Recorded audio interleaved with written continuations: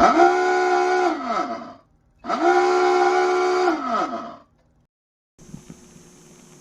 everyone, welcome back aboard Submarine BECUNA here at Independence Seaport Museum in Philadelphia. My name is Greg, and today we're going to continue our virtual tour of the boat by exploring the forward torpedo room. This is one of two torpedo rooms aboard the submarine, the other is all the way back aft. Besides housing the forward torpedo tubes and the accompanying torpedoes, this room would have also been home to 12 to 15 men. BECUNA is armed with 10 21-inch torpedo tubes. 6 of those are up here, the other 4 are back aft.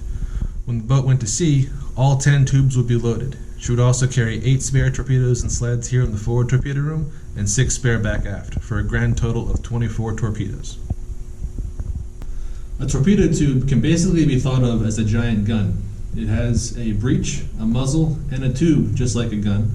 The two major differences are that instead of an explosion, a torpedo tube uses compressed air to fire its projectile, and second, once the projectile, in this case a torpedo, is fired, it is self-propelled.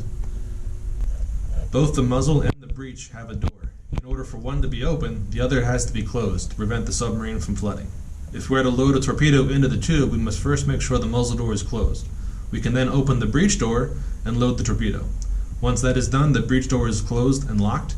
We can then flood the torpedo tube. That equalizes the pressure within the tube to the seawater without, and that makes opening the muzzle door that much easier. Once the muzzle door is open, we can then use that compressed air to shoot the torpedo out of the tube. This is BECUNA's escape trunk.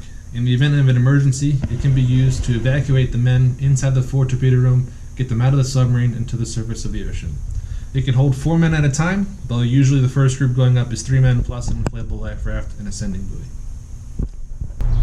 The men would enter the escape trunk through the hatch below me. They would come up, close the hatch. Once all 4 men were inside, they would then flood the compartment with seawater.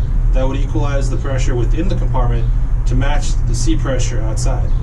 They could then open the escape trunk door here, and one at a time, swim to the surface. The last man to leave the trunk would rap on the hatch here to let those still inside the submarine know the trunk was clear. He would then swim out, close the escape door behind him and dog it.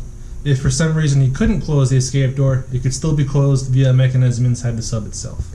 Once the door was closed, the trunk could be drained, and the process could start all over again with another 4 men. It would take about 15 minutes to just get 4 men out, so this was by no means a quick process.